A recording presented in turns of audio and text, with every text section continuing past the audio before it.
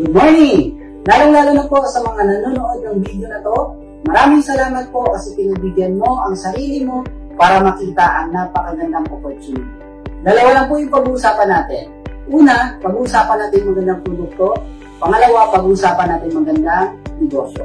Pero mas maganda pag-usapan muna natin magandang produkto. Kasi naniniwala ako, pag merong magandang produkto, merong magandang negosyo. Pag merong magandang negosyo, merong magandang produkto. Ang kagandahan sa produkto na pag-uusapan natin is involved health. Kung tatanungin ko po kayo, maganda bang negosyo yung health? Kung isipin mo, magandang negosyo yung health. Pero alam ko, at the back of your mind, hindi ka sigurado kung talagang maganda yung negosyo yung health. Sige, pag-usapan natin. Kung tatanungin ko po kayo, importante ba sa tao yung health or sobrang importante? Bakit ko natanong? Simple, pag tinanggal mo yung health, may tao. Pag tinanggal mo yung tao, may health. Ngayon tatanungin kita, importante ba sa tao yung health or sobrang importante? Since sobrang importante sa tao yung health, nagiging importante na rin sa tao ang business mo. Dahil ang business mo is health. Since tao po yung pag-uusapan natin, naniniwala mo ba kayo na ang tao may katawan? Oo naman. Kung tatanungin ko po kayo, importante ba sa tao yung katawan or sobrang importante? Since sobrang importante sa tao yung katawan, what if napabayaan ng tao yung katawan? So anong nangyayari? Nagkakasakit. Pag nagkasakit ang tao, anong ginagawa? Nagpapadoktor, nagpapacheck up, nagpapagamot. Kung nagpapagamot ang tao, anong binibili? Siyempre, gamot. Ang gamot, gastos hindi. Siyempre, gastos. Pag hindi mo ginastusan ang sakit, anong nangyayari? Lumalala. Pag yung sakit lumala, anong nangyayari sa katawan? Nangihina. Akala ng iba, yung katawan lang ang may problema. Pero hindi nila alam, apektado ang trabaho. Pag apektado ang trabaho, apektado ang income. Pag apektado ang income, apektado ang pamilya. At alam mo kung ano isa sa naapektuhan? Yung pangarap mo. Sabi nila, madali lang daw kitain yung pera kapag ikaw ay masipag at matyaga. Opo, tama po. Pag ikaw ay masipag at matyaga, madali lang kumita ng pera. Pero ito yung sasabihin ko sa'yo. The moment na magkasakit ka, mabilis lang din ubusin ng sakit yung pera mo. Lagi ko po itong sinasabi, aanin mo yung limpak-limpak na salapi kung punong-puno ka naman ng sakit. Since present yung sakit, ano ngayon yung gagawin mo? Simple, wala ka ng choice. Uulitin ko po, wala ka ng choice. Kailangan mo nang uminom ng food supplement. Alam mo kung bakit? Marami na pong kumpanya, marami na pong pharmaceutical ang nagtayo. At hindi naman po nila i-invento yung produkto na yan pag hindi kailangan. Kasi bakit? Kailangan mo na talaga. Ngayon, pwede mong sabihin sa akin, Louie, food supplement? Gastos yan eh. Opo, gastos po yung food supplement.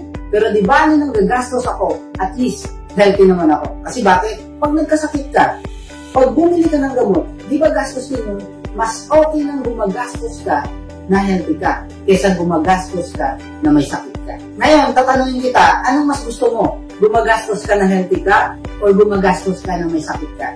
Di ba parehas na gastos? Ngayon, pag-uusapan naman natin kung paano kikita dito sa Dow Elevate. Alam naman natin na ang pagyaman nasa negosyo. Alam naman natin na ang kalimitan na nagiging successful is mga negosyante. Pero bakit hindi tayo nakakakit ng business?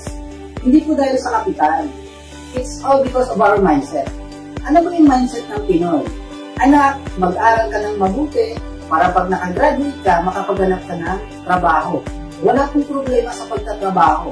Kaso nga lang, pag nandun ka sa trabaho, you are only there to survive. Kung gusto mo ng time and financial freedom, dapat nasa business ka. At pag mag-business ka, kailangan mo ng kapital. Ano bang prinsipyo ng kapital? Pag malaki ang kapital, malaki ang kita. Pagka maliit ang kapital, maliit ang kita. Pag walang kapital, walang kita. Itong negosyo na ipapakita ko sa iyo, ang liit-liit lang ng kapital, pero pwede kang kumita ng malaki. Magkano ang kapital? 8,980 pesos only. Pwede mong sabihin sa akin, Louie, malaki yan. Yes, malaki po yan. Pag gastos. Pero pag inanegosyo mo, maliit na yan. At pwede mong sabihin sa akin na malaki to kung walang kapalit. Ano ba yung kapalit? Number 1, makakatanggap ka po ng 9,000 worth of products. Yung products, pwede mo pong ibenta o pwede mo pong gamitin. Pero I suggest, mas maganda gamitin mo muna. Kasi mahirap magbenta kung hindi mo pa naman nagagamit. Number 2, magkakaroon ka po ng up to 40% discount sa lahat ng produkto natin. Again, lifetime discount. Ibig sabihin, one time ka lang naglabas, pero lifetime ka lang discounted. Number 3, magkakaroon ka pa po ng 100,000 personal accident insurance. Pang-apat, magkakaroon ka po ng personal webpage or yung tinatawag natin na ETC. Dito, magkakaroon ka ng username and password. Dito mo po mamomonitor lahat ng transactions ng negosyo mo 24/7. Kahit ikaw ay nasa ibang bansa, kahit nasa Pilipinas ka, basta may data ka lang, may wifi ka lang, mamomonitor mo na yung business mo 24/7. Number 5, magkakaroon ka po ng ATM card. And doon mo po makukuha yung payout mo. Tuwing kailan yung payout ng Dow Elevate? Hindi po siya monthly, hindi rin po siya weekly. Yung payout po ng ating company is daily. And pang-anim, magkakaroon ka pa po ng free business tools or brochure. Pang-pito, magkakaroon ka po ng offline and online training. Ang kagandahan sa online training, kahit nasa loob ka lang ng bahay, kahit nasa ibang bansa ka, importante meron kang data, meron kang cellphone, meron kang wifi, mapapanood mo na po yung mga trainings natin. And of course, magkakaroon ka pa po ng lifetime membership. And last, magkakaroon ka po ng inheritable business. Ibig sabihin, yung negosyo mo is pwede mong ipamana sa anak mo, sa asawa mo, at sa pamilya mo. Ang tanong, yung 8,980 mo, sulit ba o sulit na sulit? Siyempre, sulit na sulit. Paano kikita sa Dow Elevate? Number 1, meron po tayong tinatawag na product retailing or pagbibenta. For example, yung 8 herbs po natin, since member ka, mabibili mo lang po siya ng 2,100 pesos. At maibibenta mo siya ng 3,500 pesos. Ibig sabihin, kikita ka po ng 1,400 pesos sa isang box ng 8 herbs. Number 2, pwede ka pong kumita sa retail bonus. Paano kikita sa retail bonus? Simple lang. Ang kailangan mo lang gawin, i-share yung opportunity sa mga kaibigan mo, classmates mo, kapitbahay mo, pamilya mo. Ang gagawin mo lang, i-share mo yung video na to. Pag sila ay nag-join or sila ay bumili ng package ng worth 8,980 pesos, magkakaroon ka po ng 1,000 pesos. Example, ikaw po. I-share mo yung business kay kaibigang A.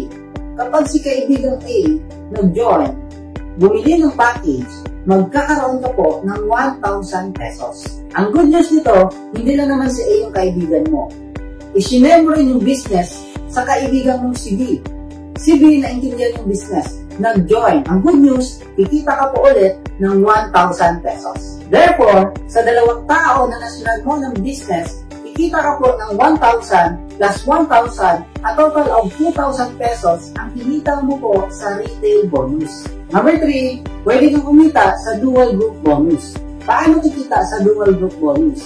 The moment na nag-member ka sa Dow Elevate, magkakaroon ka po ng left and right sales force. At ang rule dito, pag meron isang tao sa left, isang tao sa right, bibigyan ka ng company ng 1,500 pesos. Good news! Yung friend A mo ang nilagay mo sa left, yung friend B mo ang nilagay mo sa right. Ibig sabihin, kikita ka po ng 1,500 pesos. Bukod pa po sa kinita mo kanina sa ating retail bonus na 2,000 pesos, therefore, ang kinita mo po sa dalawang tao na pumasok sa'yo is 3,500 pesos. Maganda o napakaganda? Siyempre, sobrang ganda. Ito yung good news.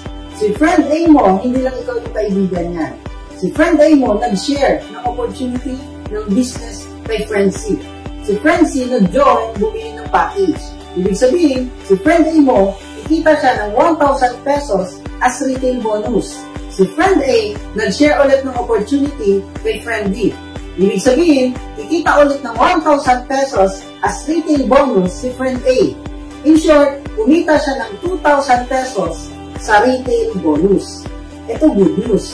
Si friend A mo, meron din yung left and right sales force. The good news is, nag-match ba sila? Yes. Ibig sabihin, si friend A mo, kikita po ng 1,500 pesos sa dual group bonus. Therefore, si friend A mo, kumita rin ng total of 3,500 pesos. Tanong, fair ba yung business? Siyempre, sobrang fair. Ito maganda. Si B, nag-share ng opportunity kay friend E. Si friend B, kikita po siya ng 1,000 pesos sa retail bonus. Si B, nag-share ng opportunity kay friend D. Si B ulit, kikita siya ng 1,000 pesos. And the good thing is, kikita siya ng 1,500 pesos sa dual group bonus. In short, kumita si friend B mo ng 3,500 pesos kagaya ng kinita ni friend A mo at kagaya ng kinita mo.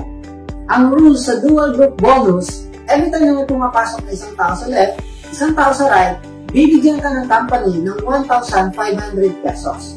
Whether ikaw yung nag-share ng business or hindi ikaw nag-share ng business. So total, 1,500 plus 1,500, kumita ka ng additional 3,000 pesos. Maganda o napakaganda?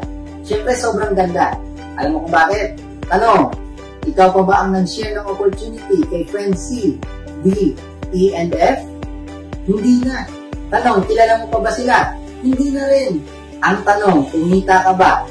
Yes, kumita ka. Kaya ang ganda ng negosyo sa Dow Elevate. Ang tawag dyan is law of leverage. Ano yung law of leverage? It is the ability to multiply yourself, your time, your effort through other people. Ito po yung technique na ginagamit ng mga mayayaman, bakit lalo silang mayaman. Technique na ginagamit ng mga negosyante, bakit mas lalong lumalago yung negosyo nila. Ang tawag dyan is law of leverage. Ang good thing, dito sa Dow Elevate, pwede mo nang may apply ang law of leverage. Ang good news is, si C, D, E, and F, meron din kaibigan yan. Pag merong nakita yung system, isang tao sa left, isang tao sa right, bibigyan ka ng company ng 1,500, 1,500, 1,500, 1,500. Ang good news, yung Dow Elevate nag-expand na po sa iba't ibang bansa. Example, meron kang napasali sa Hong Kong. Yung Hong Kong mo, dumami ng dumami ng dumami. And then, meron kang napasali sa Saudi. Nilagay mo sa right. Dumami din po yung nasa Saudi mo. Ang good news, kahit nasa Pilipinas ka, wala kang choice. Kikita ka po ng 1,500, 1,500, 1,500, 1,500. Maganda o napakaganda? Sana na-educate kita sa marketing plan ng Dow Elevate. Pwede mong sabihin sa akin, Louie, gusto ko yan. Kaso wala akong pera. Good news, majority na naging successful dito sa Dow Elevate, nagsimula lang din sila walang pera. Meron tayong kasabihan, pag yung isang bagay, pag gusto mo, maraming paraan. Pag ayaw, maraming dahilan. The main reason bakit wala kang pera ngayon, kasi last year, wala ka ng pera. Kasi ang resulta ng ginawa mong aksyon, desisyon, noong nakaraang taon, ang resulta niyan is yung ngayon. Ibig sabihin, pag hindi mo ginawa ng paraan na makapag-start ng business, makapagsimula sa Dow Elevate, baka sa next na pagkikita natin next year, ang problema mo pa rin is yung pera. Pwede mong sabihin sa akin, Louie, gusto ko niyan, kaso mahihain ako. Alam mo ba na yung negosyong Dow Elevate is perfect para sa mga mahihain? Bakit? Ang gagawin mo lang naman is i-share yung opportunity sa mga taong hindi nahihiya, sa mga taong walang hiya. Lahat ng effort, lahat ng trabaho nila, lahat ng income nila, good news, pasok din yun sa'yo. Kaya perfect ito sa mga taong mahihain. Pwede mong sabihin sa akin, gusto ko yan, kaso tamad ako. Alam mo ba, yung Dow Elevate, perfect ito sa mga taong tamad. Kasi bakit? Ang gagawin mo lang naman, mag-share ng opportunity sa taong masipag, ilagay mo sa left, yung isang masipag, ilagay mo sa right. Good news, lahat ng sipag nila, lahat ng trabaho nila, lahat ng income nila, pasok din yun sa'yo. Gusto ko yan, kaso busy ako. Alam mo guys, wala naman taong busy. Depende na lang kung ano yung pinapriority mo. Ang tanong, busy ka saan? Busy ka ba payamanin yung sarili mo? O busy ka ba payamanin yung boss mo? Well, kung nabibusy ka at nagbabago naman yung buhay mo, okay yan.